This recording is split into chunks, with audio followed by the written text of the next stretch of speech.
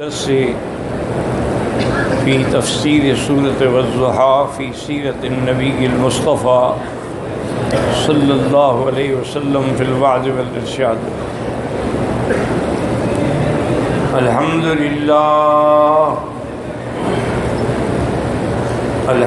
لله وكفى والصلاة والسلام على خاتم الأنبياء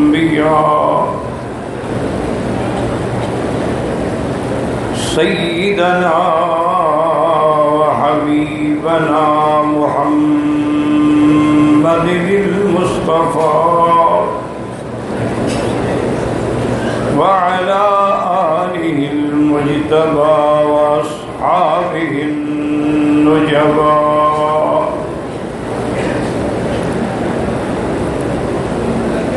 اللهم صل على سيدنا محمد النبي الأمي الهاشمي وعلى آله وأصحابه نجوم الهدى.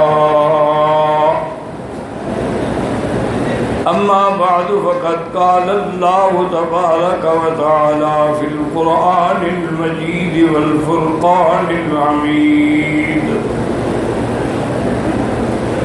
أعوذ بالله من الشيطان الرجيم. بسم الله الرحمن الرحيم.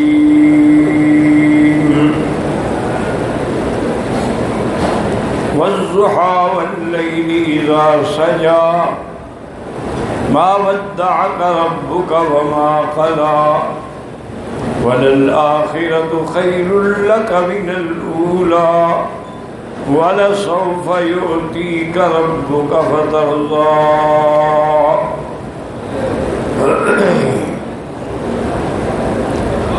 أَلَمْ يَجِدْكَ يَتِيمًا فَآوَى وَوَجَدَكَ ضَالًّا فَهَدَى وَوَجَدَكَ عَائِلًا فَأَغْنَى. فأما اليتيم فلا تقهر وأما السائل فلا تنهر وأما بنعمة ربك فحدث. صدق الله العلي العظيم. قال النبي صلى الله عليه وسلم من مسح رأس اليتيم فله تحت كل شعرة حسنة أو كما قال النبي صلى الله عليه وسلم. صدق رسوله النبي الكريم ونحن على ذلك لمن الشاهدين ومن الشاكرين والحمد لله رب العالمين. رب اشرح لي صدري ويسر لي أمري واحلل عقدة من لساني يفقهوا قولي. رب زدني علما. سبحانك لا علم لنا إلا ما علمتنا إنك أنت العليم الحكيم. برادران اسلام، واجب الاحترام بزرگوں، دوستوں، بھائیوں، عزیز نوجوانوں، اللہ تبارک و تعالیٰ کے کلام مقدس سے آیات مبارکہ اور آقا انعامدار حبیب کبریاء سیدنا محمد مصطفیٰ صلی اللہ علیہ وعلا آلہ واصحابہ وسلم تسلیما کثیرا کثیرا کہ فرامین مبارکہ سے ایک حدیث تلاوت کی ہے. دعا فرمائیں کہ اللہ تعالیٰ اس آج کو صحت عافیت کاملہ دائمہ اور حق بات بیان کرنے کی توفیق عطا فرمائیں. آپ کو حق سننے سمجھنے کی، ہم سب کو حق پر چلنے کی توفیق عطا فرمائیں. پروردگار عالم تمام آنے والوں کی حاضری، عبادات، عمرہ، حج، زیارات منظور و مقبول فرمائے. میں نے دروس سابقہ میں جیسے عرض کیا تھا کہ یہ سورت مبارک جو ہے سورت والضحیٰ یا سورت محمد، اس میں اللہ نے پہلے قسم کھائی والضحیٰ دن کی، پھر رات کی، واللیل اذا سجا، اس کے بعد کافروں کا رد فرمایا جو کہتے تھے کہ اللہ نے اس کو چھوڑ دیا، فرمایا ما ودعک ربک، تیرے رب نے تجھے نہیں چھوڑا ہے، وما قلی، اور نہ تجھ سے غصہ ہے۔ اور اس کے بعد آپ کو خوشخبری دی کہ وَلَلْآخِرَةُ خَيْرٌ لَكَ مِنَ الْأُولَىٰ، آخرت جو ہے وہ اس دنیا سے زیادہ آپ کے لیے بہتر ہے، وہاں جو کرامات ہیں، انعامات ہیں، یا وَلَلْآخِرَةُ، ہر آنے والا دن جو ہے وہ آپ کے لیے بہتر ہے، آپ کی ترقی ہوگی، جماعت بڑھتی جائے گی، فتوحات ہوں گی، غنائم ہوں گے۔ اس کے بعد اللہ نے فرمایا سوف یؤتیک ربک فترضیٰ، اللہ آپ کو دیں گے اور آپ کو راضی کر دیں گے۔ تو اس میں دنیا کی نعمتیں بھی ہیں، لیکن راجع قول یہ ہے کہ اللہ تعالیٰ آپ کو شفاعت کے مقام پر سرفراز فرمائیں گے، مقام محمود پہ ہوں گے، اور حضور اتنا شفاعت کریں گے کہ اللہ ان کو راضی فرما دیں گے۔ اسی لیے حضرت علی فرماتے تھے کہ یہ آیت جو ہے ارجع آیت فی کتاب اللہ ہے کہ اللہ کے نبی تو راضی ہی نہیں ہوں گے اگر ان کا کوئی امتی بھی جہنم میں پڑا ہوگا، اور اللہ کا وعدہ ہے کہ میں آپ کو راضی کروں گا۔ اس کے بعد اللہ نے فرمایا اب یہ اظہار منت ہے کہ علم یجد کا یتیمن، کہ ہم نے آپ کو یتیم نہیں پایا کہ باپ ولادت سے پہلے فوت ہو گئے اور ماں بھی 6-7 سال کی عمر میں فوت ہو گئی، پھر عبد المطلب بھی فوت ہو گئے، پھر چاچا کی کفالت میں آئے، تو یہ جو یتیمی کا دور آپ نے گزارا ہے پھر ہم نے آپ کو کیسے ٹھکانہ دیا۔ علم یجد کا یتیمن فآویٰ ووجدک ضالاً، اور آپ حیران تھے، پریشان تھے کہ اتنا بڑا بوجھ نبوت اور پوری امت کا ہدایت کا ذریعہ کیا ہوگا، فہدیٰ، پھر ہم نے آپ کو راستہ دکھلایا، ہم نے آپ پر قرآن نازل فرمایا، آیات بینات نازل فرمائی، اور سب راستہ آپ کے لیے آسان فرما دیا۔ اسی طرح پھر اب اللہ تبارک و تعالیٰ وَوَجَدَكَ ضَالًّا فَهَدَىٰ وَوَجَدَكَ عَائِلًا، پھر ہم نے آپ کو فقیر پایا کہ آپ کے پاس نہ دولت تھی، نہ مال تھا، نہ پیسہ تھا، نہ گھر تھا، فَأَغْنَىٰ، پھر اللہ نے آپ کو غنی کر دیا۔ کیسے غنی کیا؟ بمال خدیجہ، پہلے بی بی خدیجہ کے مال کو آپ کے سپرد کر دیا، پھر مال ابی بکر آپ کے سپرد کر دیا، پھر ہجرت کے بعد مدینہ منورہ کے انصار آپ کے غلام بنا دیے، اور اس کے بعد پھر بدر کے فتوحات اور مکے کے فتوحات اور حنین کے فتوحات، ہم نے پھر آپ کو غنی بنا دیا، یا آپ کو ہم نے نفس کا غنی بنا دیا کہ مال ہو نہ ہو آپ کے لیے برابر تھا۔ اس لیے پھر وجدک عائلا فاغنیٰ۔ اب اللہ تعالیٰ نے یاد رکھو کہ 3 نعمتیں عطا فرمائیں، اب 3 ہدایات ہیں۔ پہلی نعمت تھی نا کہ علم یجد کا یتیمن فآویٰ، کہ آپ یتیم تھے، ہم نے بنا لی۔ وَوَجَدَكَ ضَالًّا فَهَدَىٰ وَوَجَدَكَ عَائِلًا فَأَغْنَىٰ۔ اب 3 ہدایات ہی رہی، علم یجدک یتیمن فآویٰ، اس کو نظر رکھیں۔ اب اللہ حکم دیتے ہیں اما الیتیم فلا تقہر۔ یاد رکھیں یہاں 2 قراتیں ہیں قراء کے، ایک تو تقہر یعنی نقطے والا کاف، اور یا تقہر کاف کعبے والا، کیونکہ لفظ قہر جو ہے وہ غلبے سے ہے، اور تقہر کا معنی ہوتا ہے کسی کو زجر کرنا، تنبیہ کرنا، ڈانٹ دینا۔ تو اللہ نے حکم دیا کہ میرا مدنی آپ تو خود یتیمی دیکھ چکے ہیں نا، اب اگر کوئی یتیم ہو تو اس پر کبھی بھی آپ نہ ظلم کریں، نہ اس کو کبھی ڈانٹیں، کیونکہ زمانہ جاہلیت کی یہ عادت تھی کہ اگر ان کے پاس کوئی یتیم ہوتا اس کا مال بھی قبضے میں کر لیتی، اور اگر کوئی لڑکی ہوتی زبردستی بغیر کسی حق مہر کے رضا کے شادی بھی کر لیتے۔ اسی کو اللہ نے دوسرے مقام پہ فرمایا کہ ان الذین یأکلون اموال الیتامی ظلما، کہ کہ جو لوگ یتیموں کا مال ناجائز کھاتے ہیں وہ اصل میں جہنم کے انگارے کھا رہے ہیں۔ اور افسوس یہ ہے، بدقسمتی یہ ہے کہ آج مسلمانوں کے اندر بھی یہی حال ہے کہ یتیم پہ ظلم ہوتا۔ حتیٰ کہ ایک آدمی کی پہلی بیوی سے اولاد ہے، وہ فوت ہو گئی، اب دوسری بیوی کر لی، اور دوسری بیوی اس کے ساتھ اتنا ظلم کرتی ہے کہ کسی مظلوم پر اتنا ظلم نہیں ہوتا۔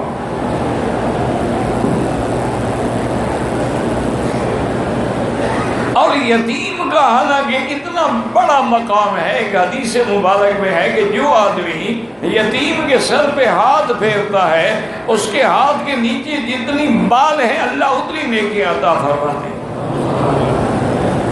اور ایک حدیث میں ہے کہ اذا بکل یتیم، جب یتیم روتا ہے تو اللہ فرماتے ہیں کہ من نبکا الذی غیبت اباہ فی التراب، کون ہے جس کے اس کو رلایا ہے؟ اس کے والدین کو تو میں نے مٹی کے نیچے چھپا دیا، اب یہ مظلوم ہے، کون اس کو رلا رہا ہے؟ من اللہ اسکتہ دخلتہ الجنت، جو اس یتیم کو جا کے راضی کرے اور اس یتیم کو جا کے تسلی دے میں اس کو جنت عطا کروں گا۔ اسی طرح حضور نے فرمایا کہ انا وکافل الیتیم، میں اور یتیم یا یتیم کی کفالت کرنے والا جنت میں قریب ہوں گے، یعنی اس کا مقام حضور کے قریب ہوگا۔ اور اسی طرح ایک روایت میں آتا ہے کہ اللہ اللہ من لیس لہ الا اللہ، کہ اس کا کیا حال ہے جس کا اللہ کے سوا کوئی نہیں۔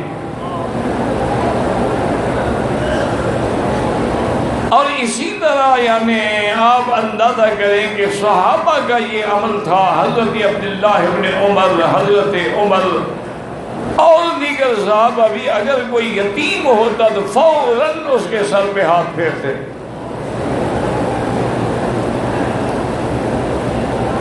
اور حضور نے فرمایا خیر بیت المسلمین، سب سے اچھا گھر مسلمانوں کا وہ ہے کہ جس میں یتیم ہو اور اس کے ساتھ اچھا معاملہ کیا جائے۔ اور فرمایا سب سے برا گھر وہ ہے کہ جس کے اندر یتیم کے ساتھ ظلم کیا جائے۔ اور پھر اگر یتیم پر نظر پڑے تو کم سے کم اس لفظ کو سوچیں کہ یہ زمانہ یتم کا حضور محمد مصطفیٰ پہ بھی تو گزرا ہے۔ اما الیتیم فلا تقہر، یاد رکھیں کہ حضرت انس رضی اللہ تعالی عنہ جو حضور کے خادم ہیں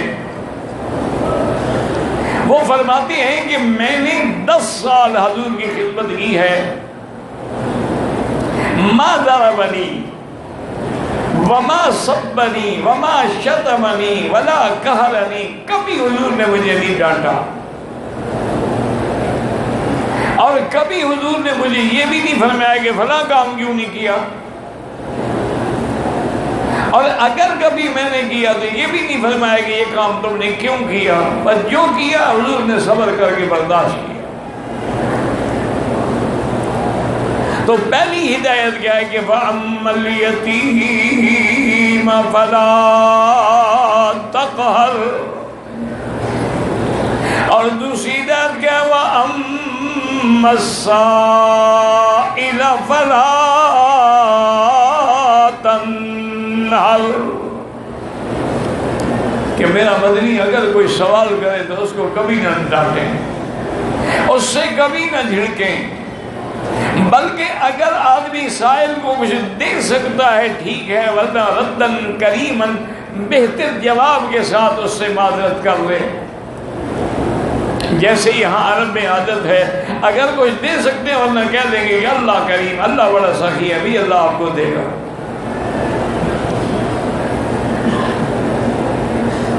اب یاد رکھیں کہ اللہ نے قرآن میں 3 مقامات ہیں جہاں حضور صلی اللہ علیہ وسلم کی ہدایت نازل فرمائی، عتاب نازل فرمایا۔ ایک تو حضور صلی اللہ علیہ وسلم کے ساتھ قریش مکہ کے کچھ سردار بیٹھے تھے، حضور ان کو دعوت اسلام دے رہے تھے، کہ عبداللہ ابن ام مکتوم نابینا صحابی ہیں حضور کے، وہ جو آئے تو کہا علمنی یا رسول اللہ، علمنی یا حضور، مجھے ایک آیت سکھلائیں۔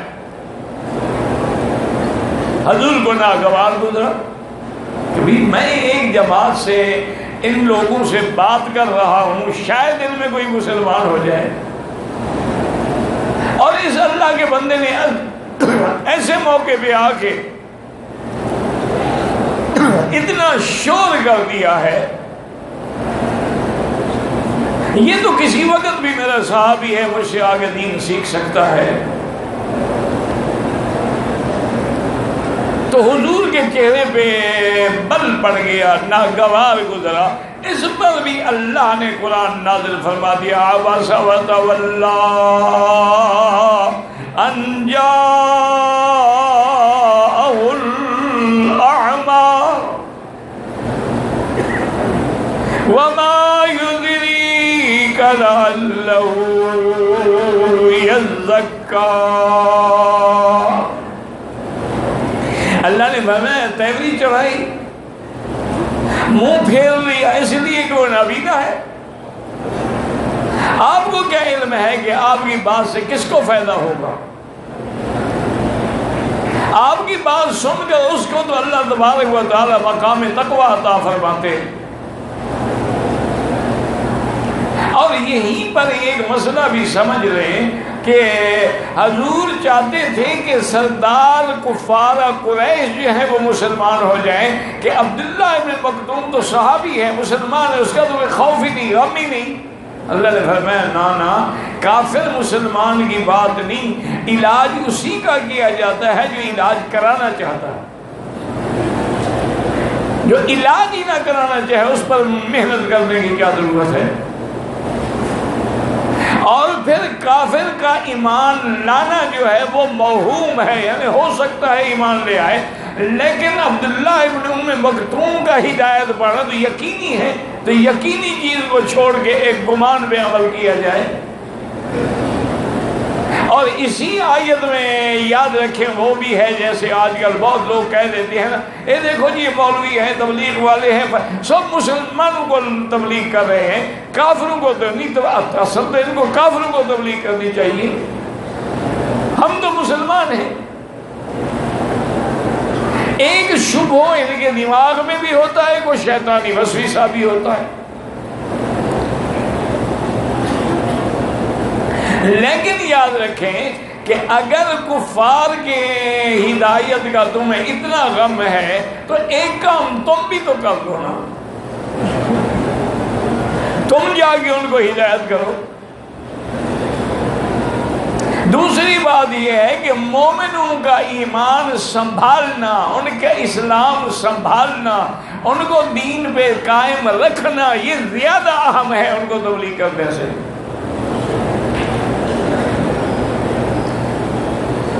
تو اس لیے حضور پاک صلی اللہ علیہ وسلم ساری زندگی جب عبداللہ ابن ام مکتوم آتے نا، آپ فرماتے ھذا فیما عاتبنی ربی، یہ وہ بندہ ہے جس کی وجہ سے اللہ نے مجھ پر عتاب فرمایا۔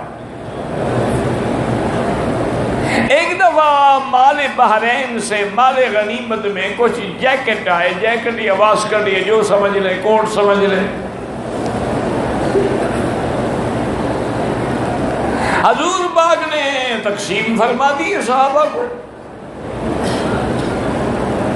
عبداللہ ابن ام مکتوم کو بھی پتہ چلا کہ حضور کے پاس جیکٹ آئے ہیں، آپ نے سب کو تقسیم فرما دیے، تو آپ نے خادم سے کہا مجھے لے چلو، مجھے کیوں نہیں دیا حضور نے؟ حضرت عبداللہ ابن مکتوم دروازے پہ آئے، حضور کے آواز دی، حضور سمجھ گئے کہ عبداللہ ابن مکتوم ہے، آئے اور انہوں نے سلام عرض کیا اور کہا یا رسول اللہ آپ نے مجھے جیکٹ نہیں دیا۔ کہا عبداللہ تمہارے لیے تو دیکھو میں نے چھپا کے رکھا ہے۔ حضور نے اپنے ہاتھ سے جیکٹ دیا اور پھر اس کے ہاتھ پکڑ کے بٹن پہ ہاتھ پھیلا رہے، دیکھو بٹن کتنا خوبصورت ہے، یہ دیکھو کتنا خوبصورت ہے، یہ دیکھو۔ تو عبداللہ بڑے انتہا خوش ہو گئے۔ اور یہ وہ عبداللہ ابن مکتوم ہے کہ حضور ایک دفعہ جنگ میں تشریف لے گئے تو مدینہ منورہ میں اپنے منبر پر اس کو امام بنا کے گئے اور 17 دن حضور کے مصلی پہ اسے نماز پڑھائی۔ اصل میں حضور وہ چاہتے تھے کہ اس کے دل میں وہ بات نہ ہو جس کی وجہ میں اللہ تبارک و تعالی نے عتاب فرمایا ہے۔ جب جنگ قادسیہ کا موقع ہے نا، یہی عبداللہ بن مکتوم آئے امیر المومنین کی خدمت میں کہ حضرت مجھے بھی جنگ میں لے جائیں۔ انہوں نے کہا عبداللہ تم نابینا ہو، معذور ہو، نابینا آدمی جو ہے وہ دشمن سے کیسے لڑے گا؟ انہوں نے کہا حضرت کمال کی بات کرتے ہو، میں جب صف میں بڑا ہوں گا اکثر صفوف المسلمین سواد المسلمین، تو مسلمانوں کا عدد تو بڑھ جائے گا نا کہ ایک آدمی اور زیادہ کھڑا ہے، دشمن کو کیا پتا ہے کہ میں اندھا ہوں یا آنکھوں والا ہوں۔ اور تیسری بات یہ ہے حضرت، اور میں کچھ نہیں کر سکتا، اسلام کا پرچم مجھے پکڑوا دیں، کم سے کم جھنڈا لے کر تو کھڑا رہوں گا نا۔ اور تیسری بات یہ ہے کہ اگر مجاہدین کا سامان آپ میرے سپرد کر دیں گے، سامان میں پہلا تو دوں گا، مجھے جہاد سے کیوں معلوم کرتے ہیں؟ یہ عبداللہ بن مکتوم تھے جس کی وجہ سے اللہ نے قرآن کہا۔ اسی طرح ایک دفعہ کافروں کے کچھ سردار حضور کی خدمت میں آئے۔ درود شریف آپ بالکل نہیں پڑھتے، اب اس کا کیا علاج ہے؟ میرے کو علاج ہے پتہ کہ حاجی ہو درود نہ پڑھے، اور جب اپنے ملک میں جائیں گے کہیں گے کیا پوچھتے ہو جی، مکے مدینے میں تو سب وہابی ہیں، نہ وہاں فاتحہ ہے نہ درود ہے۔ او جی اتنے بڑے سخت وہابی ہیں، حضور کی جالی نہیں چومنے دیتے۔ اب وہ بھی تو سچے ہیں نا بیچارے جو قبر چومنے والے لوگ ہوں، ساری زندگی جن کی قبریں چومتے گزری ہو، حضور کی جالی سامنے ہو، ان کو روکا جائے تو وہ کہتے ہیں ہاں دیکھا وہابی ہیں کہ نہیں، جالی نہیں چومنے دیتے۔ لیکن حجاج کرام ایک بات یاد رکھو کہ یہ جالی نہ چومنا جو ہے یا ہاتھ لگا کے جالی کو چومنا جو ہے، اس سے جو منع کرتے ہیں میرا ایمان ہے، یہ دعا ہے حضرت محمد مصطفیٰ۔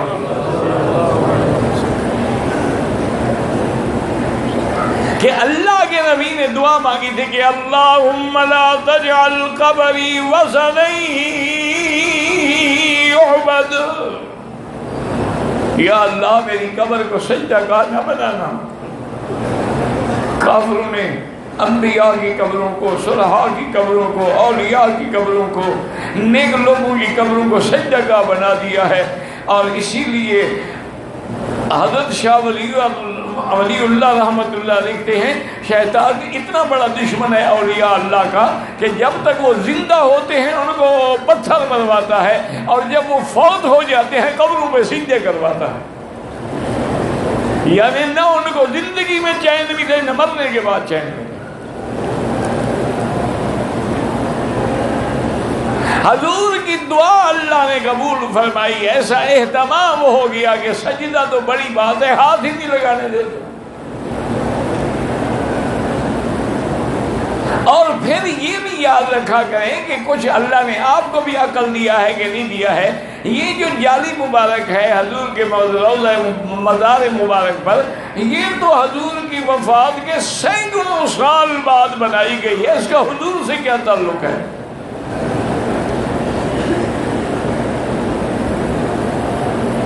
لیکن جناب اللہ پاک رحمت کرے، اگر کعبے کا دروازے پہ سونے کا دروازہ لگ سکتا ہے تو ہمارے ہاں مزاروں پر بھی سونے کے دروازے لگائے جاتے ہیں۔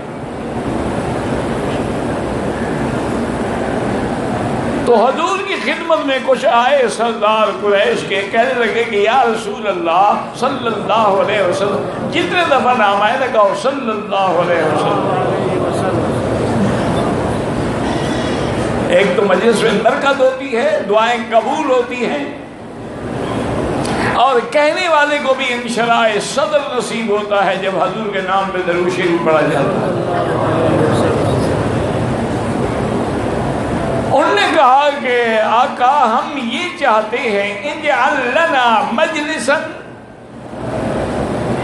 ہمارے لیے الگ ٹائم رکھ دیں تاکہ ہم سردار لوگ ہیں، آپ کے ساتھ یہ سارے غلام اور غریب، کہیں صہیب ہے، کہیں خبیب ہے، کہیں بلال ہے، کہیں عمار ہے،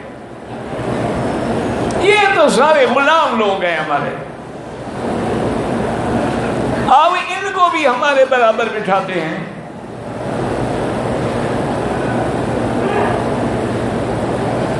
یہ تو اسلام ہے نا مسلمانوں، تمہیں مبارک ہو۔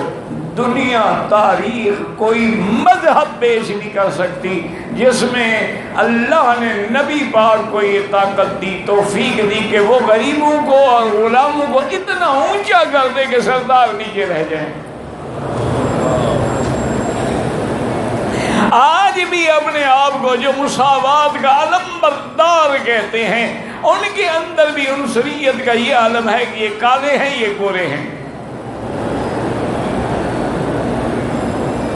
ان کے ہوٹل بھی الگ ہیں، مارکیٹیں بھی الگ ہیں، وہ ان کے ہوٹلوں میں کھانا بھی نہیں کھا سکتے، کیوں؟ کالے ہیں۔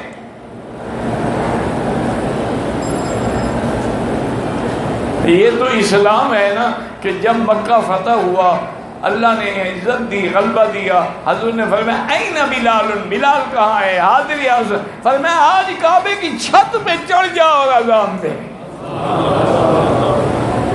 اور کوئی اذان دینے والا نہیں تھا، حضور خود اذان نہیں دے سکتے تھے۔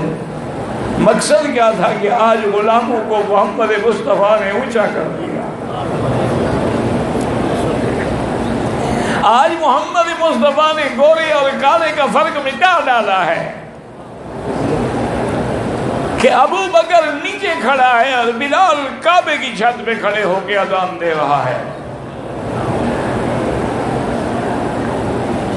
لا فضل لعربی علی عجمی ولا لأحمر علی اسود الا بالتقوی۔ حضور نے فرمایا کوئی عربی عجمی میں فضیلت نہیں، کوئی گورے کالے میں، مگر وہ جتنا متقی ہوگا اتنا درجہ بلند ہوگا۔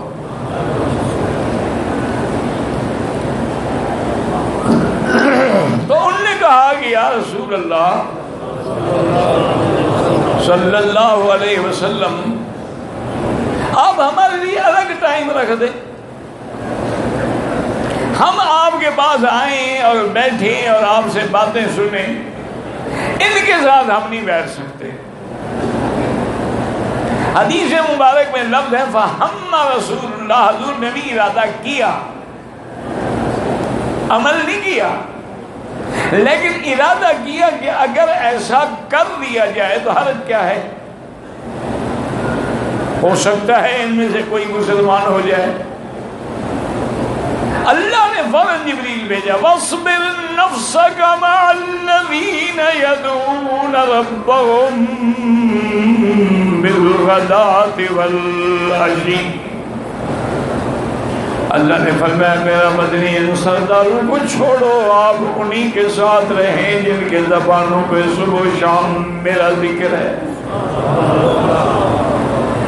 جو میرے ذکر میں ہیں، میری نماز میں ہیں، میری عبادت میں ہیں، جن پہ ظلم کے ستم توڑے جاتے ہیں لیکن انہوں نے آج تک وہ کلمہ پڑھ کے نہیں چھوڑا، لا الہ الا اللہ محمد رسول اللہ۔ اور ایک آیت میں وَلَا تَعْدُ عَيْنَاكَ عَنْهُمْ، ان سے آپ آنکھیں نہ پھیریں، یہی تو ہے تیرے سچے پروانے، یہی تو ہے میرا مدنی تیرے دیوانے، یہی تو ہے جن کو میں نے تیرے لیے چن لیا ہے۔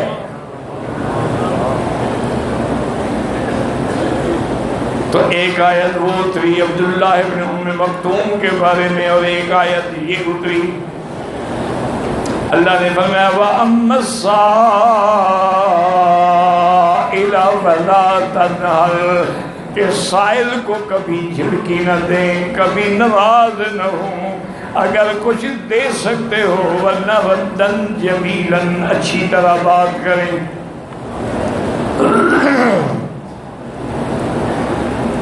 ایک بات یاد رکھو کہ سائل، بعض علماء نے فرمایا کہ اگر کوئی مدد مانگے، روٹی مانگے، کھانا مانگے، خرچہ مانگے، ڈانٹے نہیں، اور بعض علماء نے فرمایا کہ سائل سے مراد ہے جو علم سیکھنا چاہے، جو دین سیکھنا چاہے، جو قرآن سیکھنا چاہے، کبھی انکار نہ کریں۔ سائل سے مراد دین سیکھنے والا۔ اسی لیے بڑے بڑے محدثین جب طالب آتے تو کہتے ہؤلاء وصیت رسول اللہ، یہ وہ لوگ ہیں جن کے بارے میں حضور نے وصیت فرمائی ہے، ان کا اکرام کرتے، احترام کرتے کہ یہ دین سیکھنے کے لیے آئے ہیں، یہ دین کے طالب ہیں۔ دنیا دار کا کیا ہے؟ اور بعض علماء فرماتے ہیں کہ یہ لفظ عام ہے، کیا معنی؟ یعنی اگر دنیا کا طالب ہے اس کو بھی انکار نہ کریں، اور اگر دین کا طالب ہے تو اس کو بھی انکار نہ کریں، بالکل ناراض نہ ہوں، اس کی بات سنیں۔ حضرت عمر جا رہے تھے کہ ایک بوڑھی عورت نے ہاتھ پکڑ لیا اور کہا عمر میری بات سنو۔ امیر المومنین بھی نہیں کہا عمر میری بات سنو۔ عمر کھڑے ہو گئے، امیر المومنین ہے، خلیفہ رسول اللہ ہے، وقت کا بادشاہ ہے جس نے کیسر و کسریٰ کی طاقتیں کانپتی ہیں۔ ایک بوڑھی ہاتھ پکڑ کے کھڑی ہوئی ہے، کھڑے کھڑے صحابہ کہتے ہیں کہ ہم تو تھک گئے، لیکن وہ بوڑھی ہے، آپ کو پتہ ہے کہ یہ جب بوڑھیاں بولنے پہ آتی ہیں تو پھر یہ تو چپ ہی نہیں ہوتی نا، بول رہی ہے، حضرت عمر چپ کر کے کھڑے ہیں، ٹھیک ہے ٹھیک ہے ٹھیک ہے، نام یا میں ٹھیک کہہ رہی ہیں آپ۔ جب آخر وہ بوڑھیا خود تھک گئی تو پھر اس نے ہاتھ چھوڑا تو ساتھیوں نے کہا حضرت ایک بوڑھی کے لیے اتنا کھڑے ہو گئے؟ فرمایا تمہیں پتہ ہے یہ بوڑھی کون ہے؟ یہ خولہ ہے، یہ وہ بوڑھی ہے جس کے لیے اللہ نے قرآن اتارا تھا عرش پہ، اللہ نے جس کی کلام سنی تھی۔ عمر کی طاقت ہے کہ اس کی بات نہ سنے؟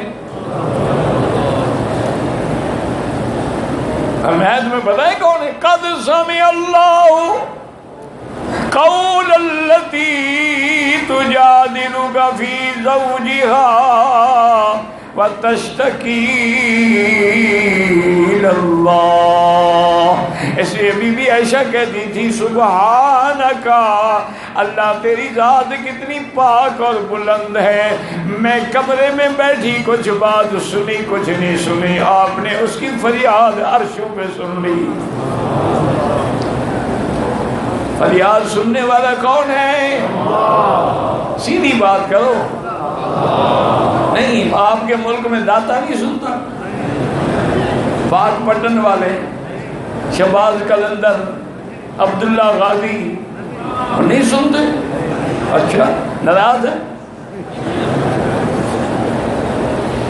اور خدا کے لیے اپنے عقیدے ٹھیک کر۔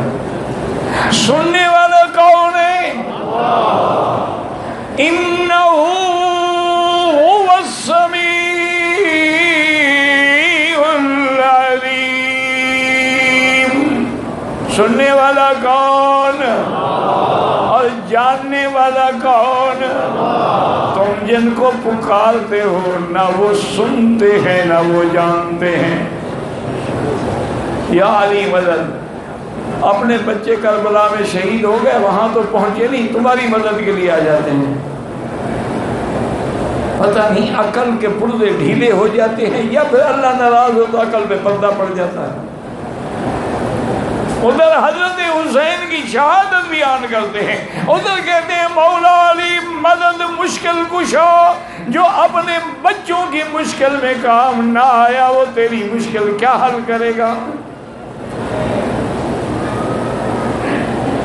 مسئلہ سمجھو، جس پہ خود مشکلیں پڑیں وہ کبھی مشکل کشا نہیں ہو سکتا۔ مشکل کشا وہ ہے جس پہ کوئی مشکل نہ پڑے۔ تو اب جناب اللہ تبارک و تعالی نے قرآن میں فرما دیا وَأَمَّا السَّائِلَ فَلَا تَنْهَرْ، اور آخری بات کیا کی؟ فرمایا وَأَمَّا بنعمت ربک فحدث، اور میرا مدنی اللہ کی نعمتوں کا شکر کریں۔ کیا مطلب؟ بعض علماء نے فرمایا سب سے بڑی نعمت میں نے تجھے قرآن دیا ہے، وہ پڑھیں بھی اور پڑھائیں بھی، اور بعض نے فرمایا نعمت نبوت ہے، جب میں نے آپ کو نبی چن لیا ہے، رسول چن لیا ہے، تو بلغ ما انزل الیک من ربک، یہ ہے حدث۔ اور بعض علماء نے فرمایا کہ اللہ کی ہر نعمت پہ شکر کہیں، چونکہ علماء کا قول ہے، اور اسی طرح آثار میں بھی آتا ہے من لم یشکر القلیل لم یشکر الکثیر، جو تھوڑی چیز کا شکر نہ کرے وہ زیادہ کا بھی نہیں کرتا ہے۔ من لم یشکر الناس لم یشکر اللہ، اور جو بندوں کا شکر نہ کرے وہ اللہ کا بھی شکر نہیں کرتا ہے۔ اور یاد رکھیں اللہ کی نعمت کا شکر جو ہے وہ ایمان کی نشانی ہے، اور اس کا چھوڑنا جو ہے وہ کفر ہے۔ اس لیے اللہ نے مومن کو شکور بھی کہا ہے، انا ہدیناہ السبیل اما شاکرا و اما کفورا۔ اس لیے حضور اسی لیے حکم ہے کہ ہر نعمت پہ شکر ادا کرو، اللہ کا حکم۔ اچھا ایک بات سمجھیں کہ اللہ نے یتیم کا، ذرا توجہ کریں گے انشاءاللہ بات سمجھ آئے گی۔ میرے خیال میں قرآن سن سن کے تنگ تو نہیں آ گئے، دوڑے شوڑے سنایا کریں۔ ہو سکتا ہے نا لوگوں کو آج کل تو بخار ہو جاتا ہے نا، اور جب جاؤ وہاں بھی ان کے بعد یہی قرآن ہی ہے نا، اور کیا ہے ان کو اندر کا تو پتہ ہی نہیں ہے باطن کا۔ اب یاد رکھیں کہ اما بنعمت ربک فحدث، معنی یہ ہے کہ اللہ کی نعمتوں کا شکر کرے۔ اس لیے حضرت حسین فرماتے تھے اگر اللہ تمہیں کوئی نیکی کرنے کی توفیق دے تو بیان کیا کرو کہ الحمدللہ میں نے آج یہ کیا ہے، تاکہ لوگ تیری دیکھ کے اقتدا کریں۔ حضرت ابو البراق بہت بڑے اولیاء گزرے ہیں، وہ فرماتے آج رات میں نے اتنی نفل پڑھی، اتنی منزل پڑھی، اتنی قرآن پڑھا، تو کسی نے کہا حضرت آپ جیسی شخصیت یہ ظاہر کر رہی ہے؟ انہوں نے کہا اللہ کہتا ہے بیان کرو اور تم کہتے ہو کہ کیوں بیان کر رہے ہو؟ اللہ تو کہتے ہیں اما بنعمت ربک، ہاں جہاں ریا کا ڈر ہو، سمعت کا ڈر ہو وہاں نہ کیا جائے۔ سمجھ آ رہی ہے میری بات؟ اچھا اسی لیے یہ انہوں نے اب جو بات میں کہہ رہا تو غور کریں کہ الذی اما الیتیم فلا تقہر کا ذکر پہلے کیا، اما السائل فلا تنہر کا ذکر پہلے، اور اپنا بعد میں۔ بھائی پہلے ذکر سائل کا ہے نا، یتیم، پھر فرمایا اما بنعمت ربک فحدث، یعنی اپنا ذکر بعد میں اور یتیم اور سائل کا پہلے۔ اس کی وجہ کیا ہے؟ علماء نے فرمایا چونکہ وہ کمزور ہیں، وہ ضعیف ہیں، وہ محتاج ہیں، اس لیے اللہ نے ان کا ذکر پہلے کیا اور اپنا ذکر بعد میں فرمایا۔ واللہ اعلم۔